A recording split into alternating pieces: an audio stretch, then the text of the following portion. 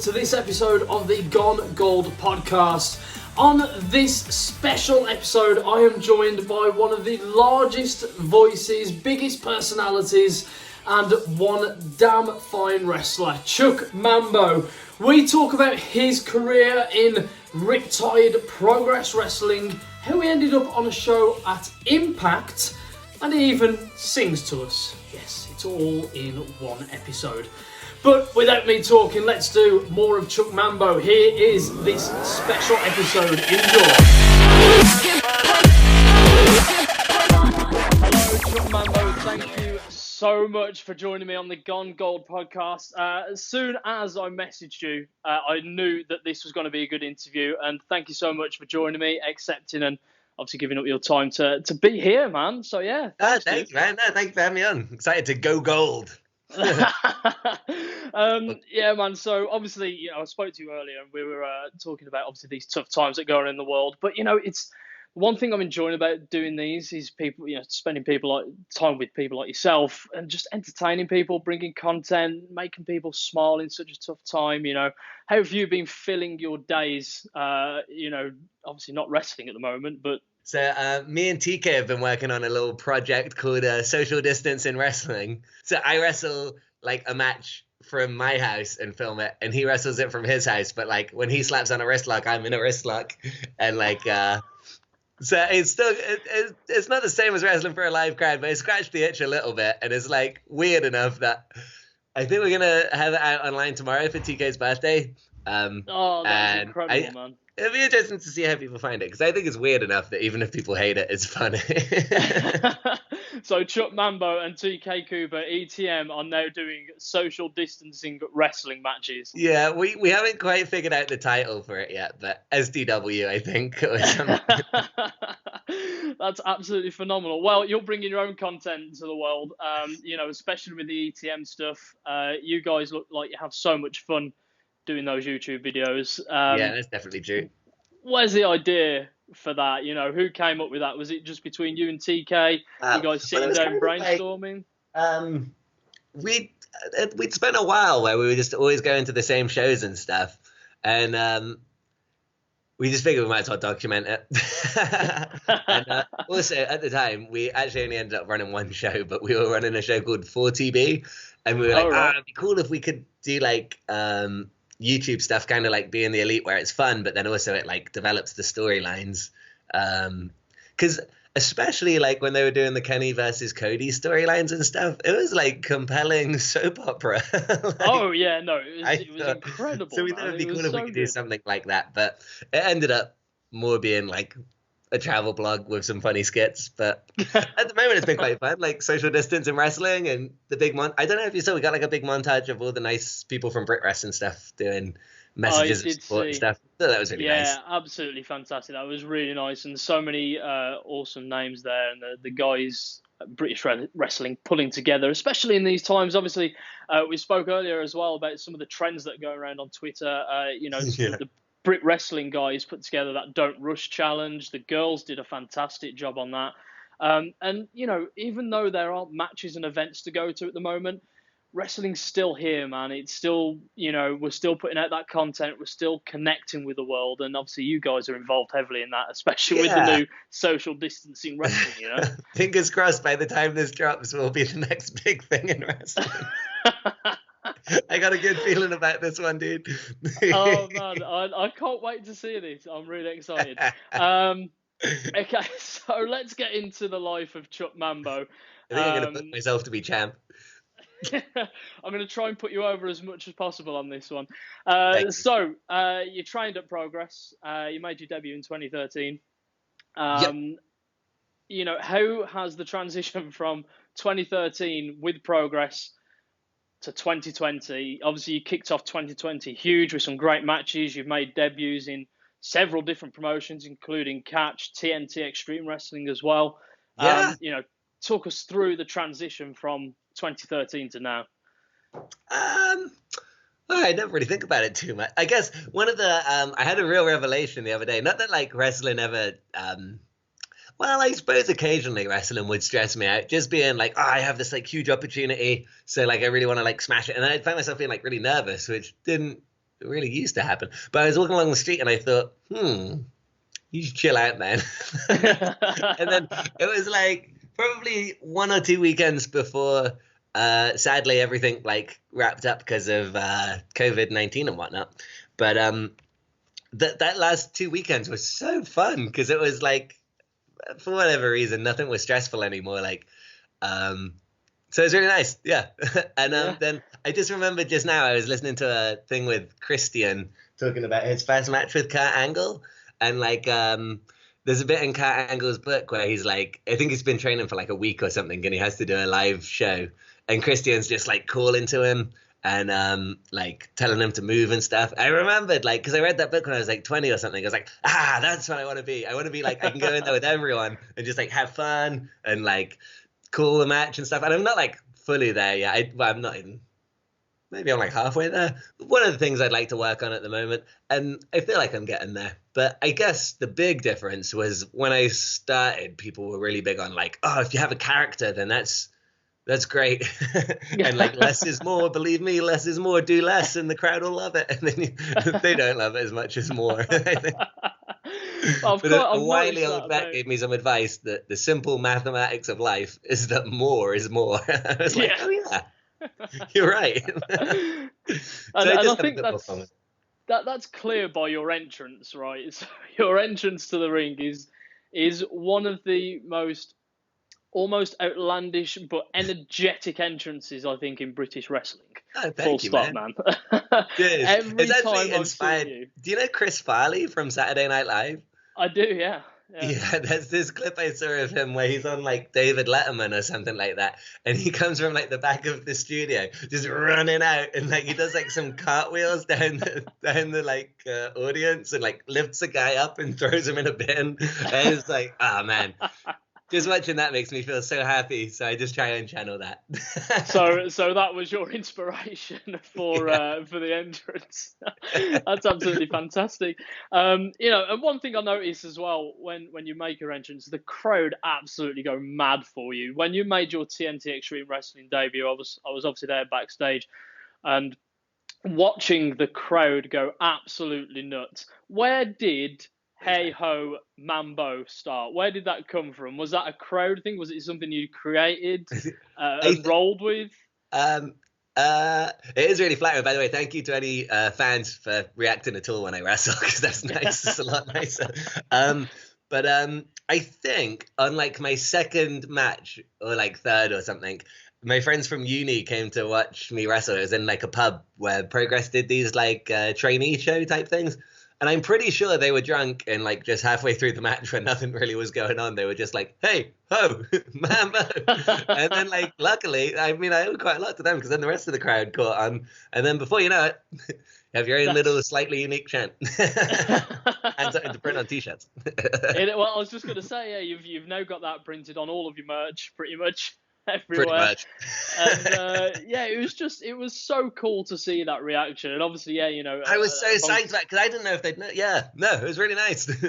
and you put on a great show. I mean, Kid Like Us 2 was your match there. But let's get into some of your matches. Obviously, some people may not know that you were trained by the likes of James Davis, Jimmy Havoc, and Eddie Dennis. And Darryl Allen as well. Yeah. So you literally had the best of the best. Training you up through obviously your early years before you would go on to wrestle all three of those eventually. What was that process like to work with guys like that? If I'm really honest, I actually trained a bit when I was a teenager as well. I wrestled at Pro Evo in Gloucester. A good old company. Like they were good. I just I was too much of an unfocused teenager, I guess. So I didn't really make a great go of it. But luckily, by the time I got to like Progress for training, I kind of had the mechanics down-ish. So like it's really nice being able to be already there physically, already on the way. So you can just listen to Jimmy Havoc talk about psychology for like 4 hours past the class finishing. Because I mean, as psychology goes, I think he's definitely one of the best wrestlers there is to learn from. Absolutely, yeah.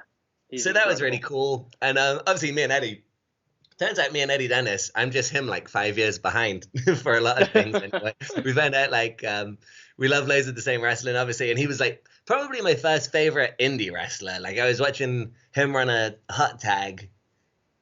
Can't remember who on, maybe on like the Origin or something like that. And I was just like, oh, this is the bit where he's gonna do the double catch and then the fall away slam with the. I was like, I love Eddie Dennis as a heel. He's incredible. He's he's wild, so isn't he? good. Yeah. But I tell you He's what, if you like incredible. heel Eddie Dennis, tune into social distance in wrestling because there's a bit of a swerve at the end there. There's that plug, guys. You want to see that social distancing wrestling? It's gonna be the next big phenomenon, at least for the next month or so, anyway. Well, you got nothing else to watch. Yeah, still do. AEW is still killing it. BTE is like great. WWE is still running, I think, and yeah. There's still a lot of wrestling going on, behind closed doors, and I think that's what I like about the wrestling community, man. Like there is nothing like it in the world. The wrestling community is so passionate and so driven and dedicated. And you've experienced that at some of the highest levels with some of the biggest talent in this country. Battling the likes of Travis Banks, David Starr, Cassius Ohno, Jordan Devlin, just to name a few. So man. Already you've got those big matches behind you. Where does Chuck Mambo go from here? Obviously, will it be a boneyard match with the Undertaker? Well, I mean, I'd love that. Also, there's no real goal, to be honest. I think, like I said about just being able to chill out and relax and enjoy it has been like, I guess the big goal is just having fun and wrestling. So that's been really nice. And then doing more ETM stuff this year as well has been really cool because we never really planned on being a tag team. But I think once people had seen the show a bit, they were like, oh, put them together in a tag. And then we really enjoyed tagging. So if we can do as many tag matches as possible, that would be really sweet too. And I did actually beat Speedball in the Fight Club title tournament. So yes, you did, yeah.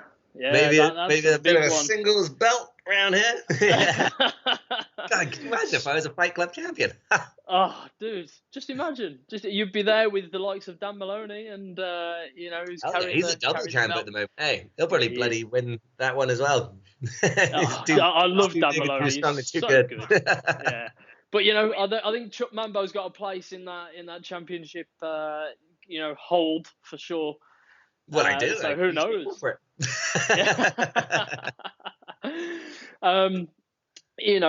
What people may not realise as well, obviously, you have this great chemistry with TK Cooper, and as ETM, you're great in the ring together.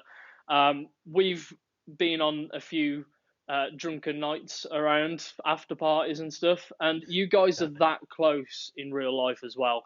It must be super cool to have someone like that isn't just a tag partner, but he's like your best friend. Yeah, it's been really cool. It kind of happened without us realizing as well. We just happened to be on loads of the same shows, and I was always the London driver. So we just on a ton of road trips, and then we started doing ETM. And then he hit me in the head with a chair when I was wrestling Travis Banks at Progress. And then I kept on being like, oh, my best friend hit me with a chair. And then one night out, he was like, you actually are my best friend. I was like, we are best friends. Oh, man, that's super That's how super I remember cool. it anyway. Probably the other way for him. Me crying my eyes out. But no, it's super duper cool. It's really nice. So yeah, let's obviously talk about some of those shows, some of those matches. Obviously, we touched on the Jordan Devlin, Cassius Ohno, David Starr, and Travis Banks matches. Those are just to name a few. Obviously, you've wrestled at Wembley with Progress. Yeah. Oh yeah, I remember that. So how was your career at Progress up until obviously all of this? It was, just fun, really. Yeah. DNR was fun because it was nice experimenting with being a baddie there. Because I was a bad guy in Nothing to Prove at Attack, for a couple of months before I was in DNR at Progress. And so it was quite fun after yonks and yonks of being always a good guy. Although I was actually a bad guy on the Butlins shows in my first year of wrestling. Nice. I can't even Other than imagine that, you pretty as a much heel. I unanimous. mean, I have seen some of your progress stuff as a heel, and like until I kind of did the research, because we've crossed paths a few times, and you've always been this heel, this baby face, so over with the crowd. Right. And then I watched some of the heel stuff, and I was like, oh man, he can do it all. This is so cool. Oh, thank you, man. Cheers. Yeah. I think it was a bit of a like finding my feet process for like how to be a baddie for that audience and stuff. But it was still really fun and stuff. But then obviously they kicked me out. So Well, yeah. I mean, where no do you future go? dates, as they say. Well, that may change. Who knows? Where do you go for that advice? Chuck Mambo's used to being, the energy and the face of whatever company or promotion he's walking into, to now Right. being a heel. Who do you go to for advice on how to retune? Quite a lot. Me and TK will just go to each other to like spitball ideas and stuff. And I went to Spike as well quite a bit too. Oh yeah. And then also, I mean, I'd always go to Eddie and Jimmy and Chris Brooks as well. And more when Pete Dunne is like backstage than like Yeah. calling him. Like we're not that close, but It'd be an expensive he's call always these like days. super good. Him and Kid Like Us, the original Kid Like Us, I guess. They're some of the main guys I go to for like advice on that stuff. But That's really cool, man. I always feel bad on podcasts because I have a really like scattered brain, and then afterwards, like half an hour after this, I'll be like, "Oh, I totally forgot to mention this person." And I feel like a sack of shit. I mean, there's so But I many, think that- even like backstage. There's so many British wrestlers now that are so tuned into the business. You can speak to the likes of Tyson T-Bone and Dean Allmark, and they have advice for any part of the business, whether it's in the ring, out the ring, commentary, interviewing, etc. And that is what I love about some of these old school guys that have been doing it for 15, 20 years, is their willingness to put that into the business as a whole, not just in the ring. Yeah, So, definitely. I think that's why it all got so good when like everyone, wow, all these people with like a wealth of knowledge are just always giving it back, and then everyone's just helping each other out, and I guess it was only ever going to get really good. Oh yeah, absolutely. And the UK scene is now bigger than ever, right? We've got so much going on. I feel like it's constantly improving. It's constantly getting better. Have you noticed that from a wrestling standpoint in the ring as well? I never really stopped to take note, if I'm honest. But, I mean, definitely it's the most fun I've had, so Yeah. I guess that must be a good sign. It's always a good sign. So you were also on an Impact show, which was kind of part of the FCP partnership thing. How was it being, at somewhere like Impact? It was wild, man. And I guess that goes into like wrestling being like an international community or whatever. Like it didn't really feel like as daunting as I would have imagined it would. Because like I watched it all the time when I was a teenager and stuff. So then you think like, oh man, I'm going to be on this show that I watched all the time when I was a teenager. Like, I mean, I knew a bunch of the guys there and they were really nice and stuff. And like Zachary Wentz from the Rascals was in the same match as me. And he was like constantly making sure that I got my shit in and stuff like that. And Sammy, who I was staying with, because Sammy, I think Fight Club was some of the first people in England to book Sammy. So then when Fight Club took me to New York, they asked if I could go on Pancakes and Pile Drivers. And he was like, yeah, definitely. Wow. And then like, if he wants to come stay in the summer, I'll just get him booked everywhere. And then lucky enough, awesome. He was like, I was at one show and he was somewhere else, I think. And he was like, oh, can you send me like a music video or like a promo or something? Because the Impact guys wanted to see if we could put you on. I was like, oh, sick. And then I actually already knew like Don Callis and Scott Demore because I drove them from a school in Leighton Buzzard to London one night. So I was in my element. Oh yeah, no, absolutely. But also what I didn't know about is it was like family audience. So you go out and like the family crowds are just like, ah. So then I was like, ah. It's just like so buzzed the whole time. But it's crazy though, because like doing scrambles on the indies, as if I let it, but like doing scrambles where we do them, like, you have your spots and stuff and you do them, but like it was like dive, then I was standing up to do like the double dive and the ref just came over and was like, hey man, like let it pressed a second for the replay or whatever, I was like, oh shit, yeah, no, that's cool. So it's quite a nice like easing into learning how they do TV and stuff. Yeah, no, absolutely. I mean, that And must be a everyone there was really. just super duper nice. So You've wrestled Ace Austin before, haven't you? I wrestled him. Yeah, I wrestled. Oh fuck, man! I wrestled him at the Wrestling Revolver. I think it might have been my last match in America on like that little trip. But yeah, he's the man, dude. He's fucking sick. He's so good, I was dude. living with him as well though, because he was at Sammy's house whilst I was staying over there. Oh. So we'd like go and hang out and stuff like for quite a lot of the trip. And then then the match, I was just fucking so psyched with it. He is a super cool dude, and I have never seen anyone move around the ring like Ace Austin. One thing I've got to ask you, Chuck Mambo, is where is the ETM 24/7 title these days? Do you know, I think it's on like a chair of belts at the Casa, which is like where TK and Spike and stuff live. I think we did it because we thought it would be really fun, but then WWE brought back the hardcore belt or whatever. Yeah. Or whatever it is. 24/7. And then we were like, well, we'll find something new. But I'm not sure if we actually did find anything new. So I think we need to reincarnate the ETM belt. I think the 24/7. Me too. It was good fun. I'm not sure. I think the Invisible Man has it technically. I remember seeing a video of when I think it was Mark Andrews had captured it backstage, or he got beaten backstage, and I was Chris just Masters. yeah, that's what. Yeah. I just found that on my phone the other day. Like it flagged up a memory or something, and it was Mark Andrews is so funny, man. The way he won it was like Candy Floss had just come back from a match, like sweet 19-year-old Candy Floss or whatever, and Mark Andrews being like the nicest guy ever in Brit Res, and he's like, Candy, like, would you mind if I just gave you a bit of just punched her and pins her. He's like, ha. I think we need to see more of this 24/7. Maybe you could incorporate that into the social distancing wrestling. I like what you're thinking. Right, there we go. So we've come up with a concept of Would you be doubling over social distancing backstage interviews? Hey, I'm available for hire, man. Right now, I'm definitely available for hire. All right, we can pay your actors. Okay, so talk to me about Riptide. You've had great success at Riptide. You're in love with the place, and I think forever will be. You were a former Riptide champion. Yeah, man, it's the best. It's the funnest. I don't really know what to say beyond like it's just really, really great.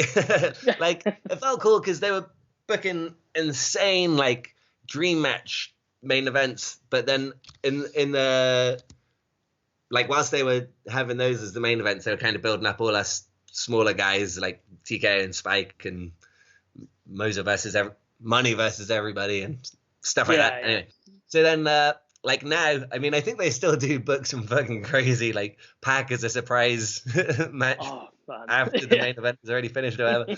But like yeah, no, it's just really nice to like have them invest and trust in us like that, I guess to be stars there.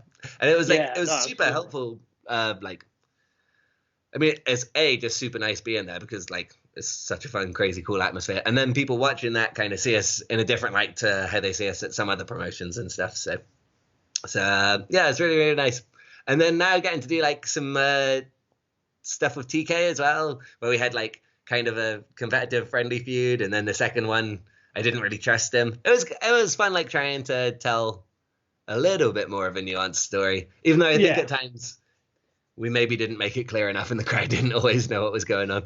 But then hopefully looking to get back into some ETM in Brighton. No, hopefully. Sorry, I got weirdly nervous there talking about how much I like it. That's sometimes passion, I worry man. if I say I love one place. I don't know, whatever. It's one of those, I think, because you have had so much success with Riptide, and even Progress as well. FCP, you seem to be appearing on there a lot more lately as well. Yeah, man. Thank you, everyone in wrestling, for giving me so many sweet opportunities. I mean, I And love the Attack as well. FCP guys. Can't They're not mention Attack. such a good team over there at FCP. Yeah, man. Yeah. Also, recently you got to wrestle NXT's Sid Scala. How random was that? I did in Oxford. Yeah. It was fun. It was fun, man. I can't remember why, but we got there with like just enough time to go to the toilet and change and then wrestle. It was really fun. What's he like to work with? With Sid? Yeah. He's great, man. He's so sick. Like, because I think he's been wrestling for like since he was young. Like, I mean, I guess that's not very rare in Brit Wrest, but like, he's just like so versatile and so like, I don't know, he can read the crowd super duper well. So like, he'll just be like, "Hey, do this or do that or whatever," and they're like, "Okay," and then you do it, and it works every time. And he's like super silky smooth tech and stuff. So it was really really fun. Yeah, because obviously in NXT we see him in a totally different light, suited up as the second man in charge at NXT UK, and it's very, very unusual. As soon as I saw that, I was like, "Oh, holy shit!" So it must have been such a fun match to work. Yeah, it was super fun. Actually, I did wrestle him once in a suit, I believe. Oh, really? Like when Progress were doing the Dome shows, but I don't know if they were on camera or not. But yeah, we wrestled. It was sick then as well. He was like Sid the Business Scala or the Business Sid Scala. Yeah, that's right. Yeah, prelude to wearing the suit maybe. But I forget if he was actually in a suit when he wrestled. Nah, maybe he wasn't. Maybe he was. Sorry, can't remember. But anyway, he's doing. One time we were on the camps. It was me, him, and Filthy Phil Powers in a triple threat. Phil Powers, man. And I forget if I was pinning or I was getting pinned, but like there was a pin that Sid really needed to break up, and he came like jumping into the ring on like the 2 count or whatever. And it was a complete accident, but he accidentally just like rugby tackled the back of the ref's knee. And the ref just went down. Oh man. I can imagine. I guess Phil's he still face stopped the 3 count, but it wasn't what he'd been planning. Oh, it's phenomenal. See, these are the things that I love hearing about, and I know a lot of the viewers do. They just love hearing those stories that you don't know. Right. There's so much more to wrestling than what you see on TV or at a show, and I think that is like the intention of this podcast, is to get those stories out there, let people in to the world of people like yourself. Obviously, we have Max Stead and Big Guns Joe recently, and Nice. it's that kind of world that we live in that people don't know about. Yeah, right. Yeah, it's a wonderful world. It is a wonderful world. It is.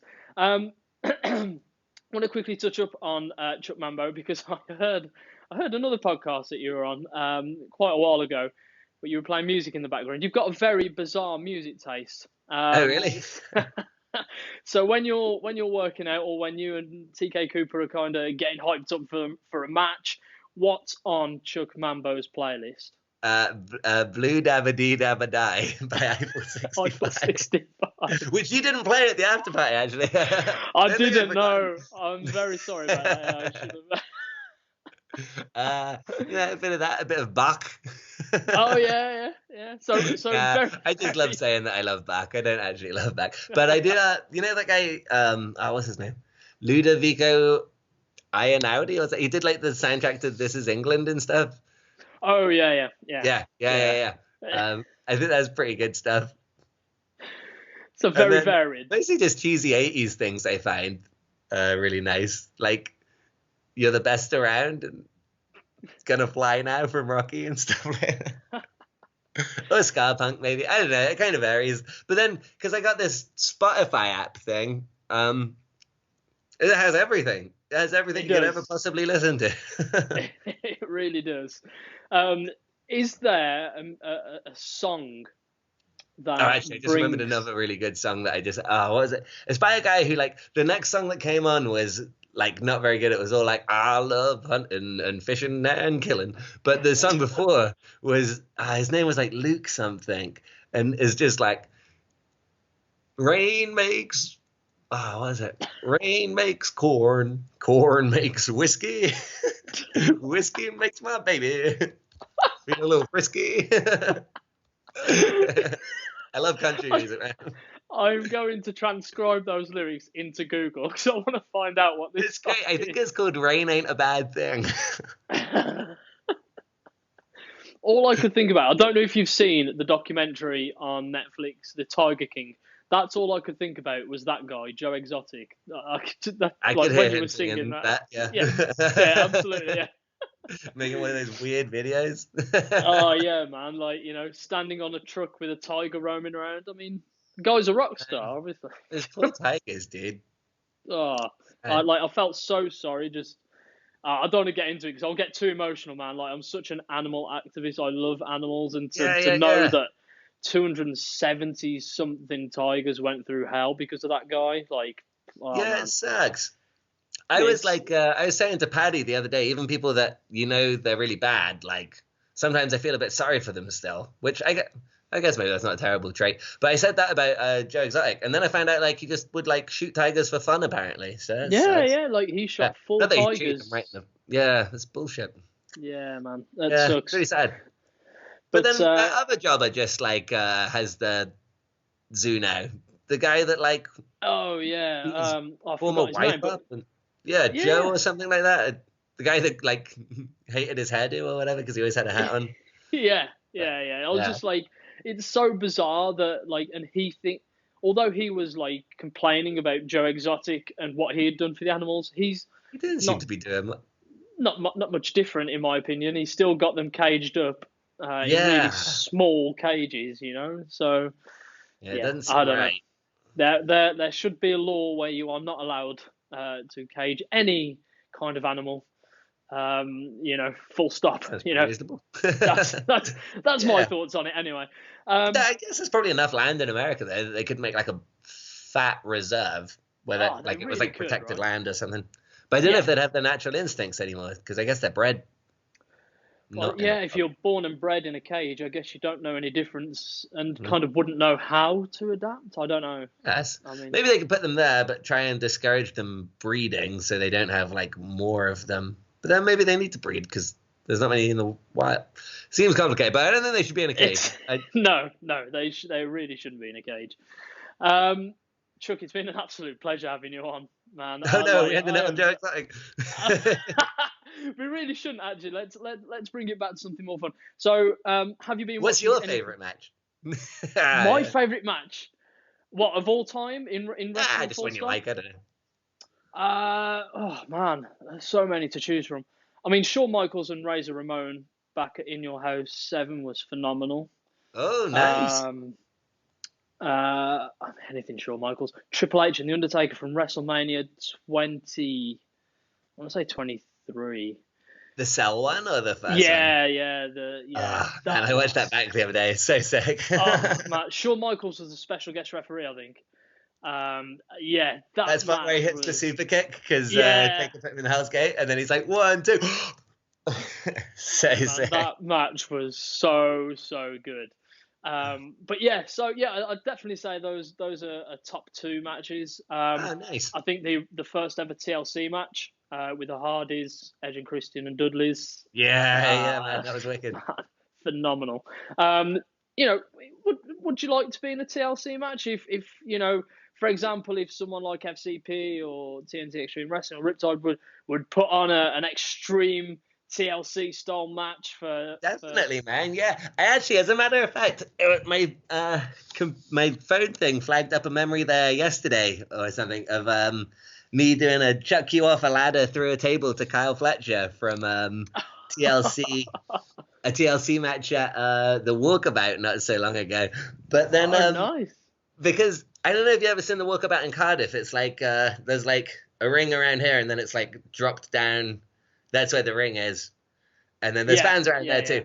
But they hang like 2 ropes across from the balcony to I don't know the wall or something. But we were on top of the ladder, and like Davis was going to give me a suplex off the top of the ladder, but like the string is like right here that the ropes are on.